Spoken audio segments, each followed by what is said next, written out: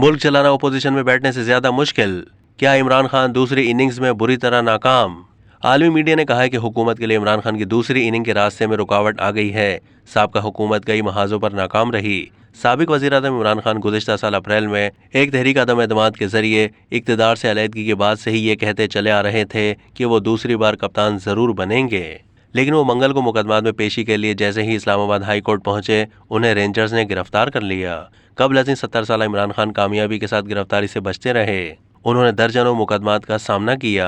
तजियाकारों के मुताबिक ये पाकिस्तान में इख्तिलाफ राय को दबाने का हरबा है। गुज़िश्ता नवंबर उन पर कातिलाना हमला भी हुआ, लेकिन वो बच जाने में कामयाब रहे। इस हमले का इल्ज़ाम वज़ीर-ए-आज़म शहबाज शरीफ और एक सीनियर फौजी अफसर पर लगा।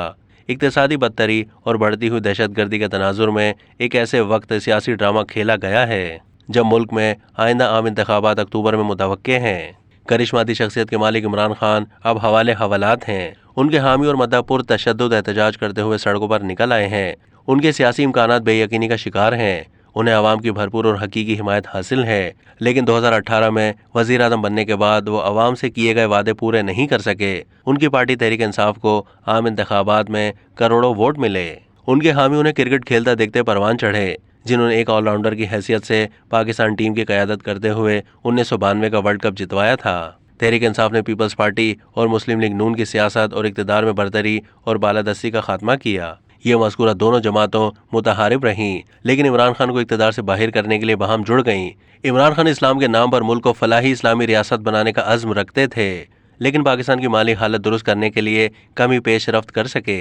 महंगाई, कर्जों के बोझ और रुपए की नाकदरी ने इक़्तिसादी इस्लाहात के एजेंडे को बढ़ने नहीं दिया, जबकि अमन व अमान की मखदूश सूरत हाल भी आड़े आई। ऑक्सफोर्ड से तालीम याफ्ता लाहौर के एक दौलतमंद खानदान के फर्जन की जिंदगी क्रिकेट से रिटायरमेंट तक साक एक प्ले बॉय की रही। अपनी वालदा के नाम पर शौकत खानम कैंसर अस्पताल बनाने के लिए करोड़ों अरब रुपए जमा किए।